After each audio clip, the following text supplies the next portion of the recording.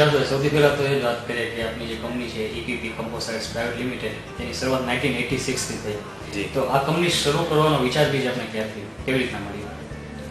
વિચાર બીજ તો એવું હતું કે જ્યારે હું એન્જિનિયરિંગમાં ભણતો હતો ત્યારે ફાઇબર ગ્લાસ વિશેનો એક સબ્જેક્ટ હતો અને જિંદગીમાં કંઈક નવું કરવાની તમન્ના હતી.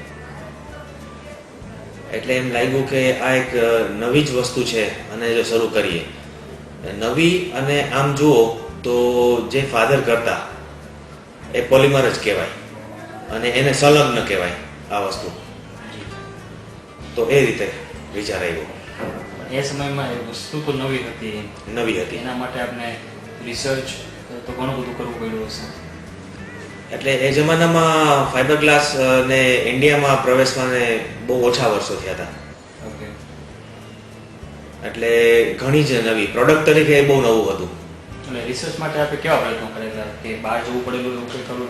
રિસર્ચ માટે અમે બધી ઇન્સ્ટિટ્યૂટમાં, પ્લાસ્ટિક એન્ડ રબર ઇન્સ્ટિટ્યૂટ છે બોમ્બેમાં, યુડીસીટી છે, એ બધાના કોન્ટેક્ટ કરતા, એ પ્રોફેસરોને મળતા અને એમાંથી શીખતા અને પ્રયોગો તો ચાલુ જ હતા.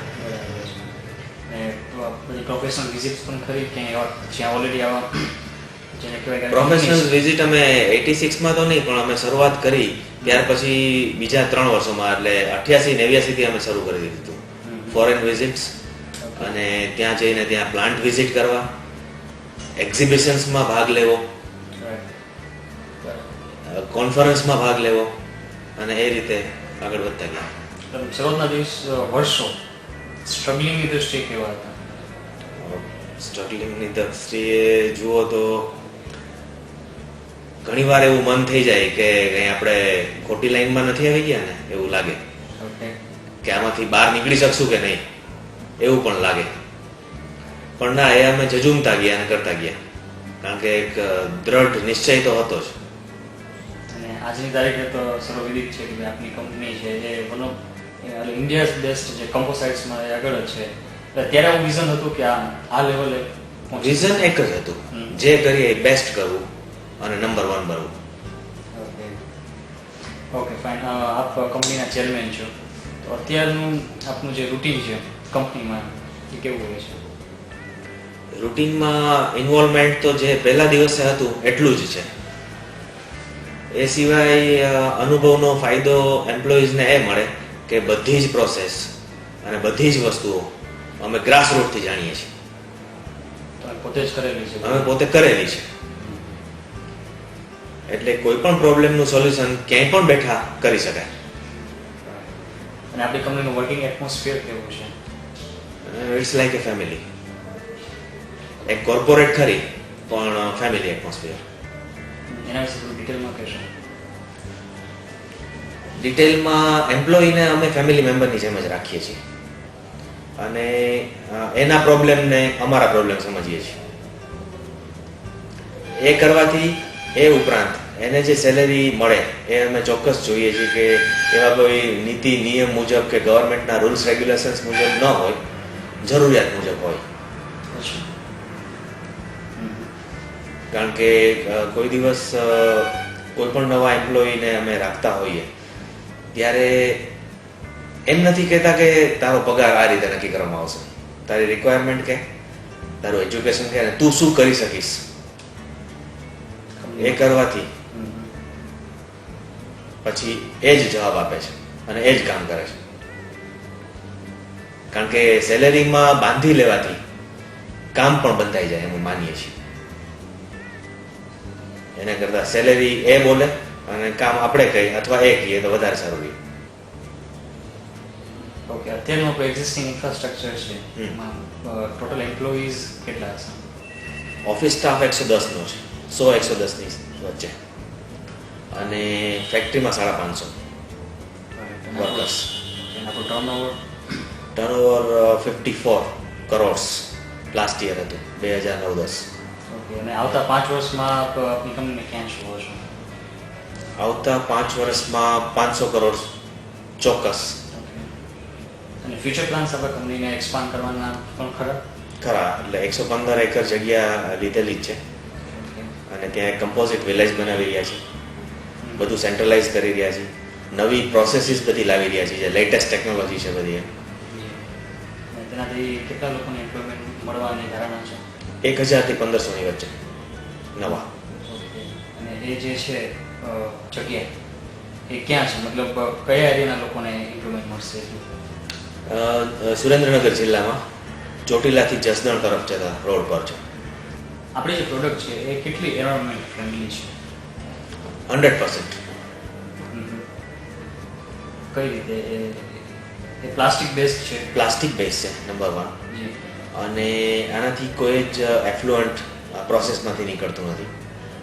એ સિવાય કોઈ જ એર પોલ્યુશન કંટ્રોલ આનાથી થતું નથી, Okay.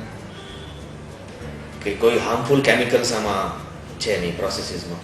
સિદ્ધાર્થભાઈ, આપ ભારત તરીકે કેવા હતા? બાળક તરીકે એકદમ શાંત જી. અને ક્રિએટિવ. એટલે વેકેશનના સમયમાં પણ ડ્રોઈંગ કરવાના, અને લેંગ લાઇબ્રેરીનો હું 1972 મેમ્બર છું, જી. અને લગભગ બધા પુસ્તકો વાંચી નાખ્યા છે. આશરે કેટલા હજારોમાં પુસ્તકો છે? હજારોમાં. હમ, હમ. એટલે વેકેશનમાં પણ એક નિયમ રહેતો કે સવારે જવાનું, પુસ્તક લેવાનું, બીજે દિવસે સવારે બદલાવીને નવું લેવાનું, એટલે 24 કલાક કરતા પણ ઓછા સમયમાં એક પુસ્તક વાંચી નાખવાનું. એટલે વાંચવાની પ્રેરણા તમને ક્યાંથી મળે? વાંચવાની પ્રેરણા મને મારા દાદા પાસેથી મળી, ગ્રાન્ડફાધર પાસેથી.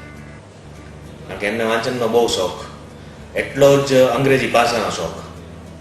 Okay. એટલે હંમેશા કહેતા કે એક ઇન્ટરનેશનલ લેંગ્વેજ હોવાથી અંગ્રેજી ભાષા ઉપરનું પ્રભુત્વ હોવું જ જોઈએ, અને જેટલો નોલેજ હશે એ જ કામ આવશે, કારણ કે નોલેજ ઇઝ ધ પાવર.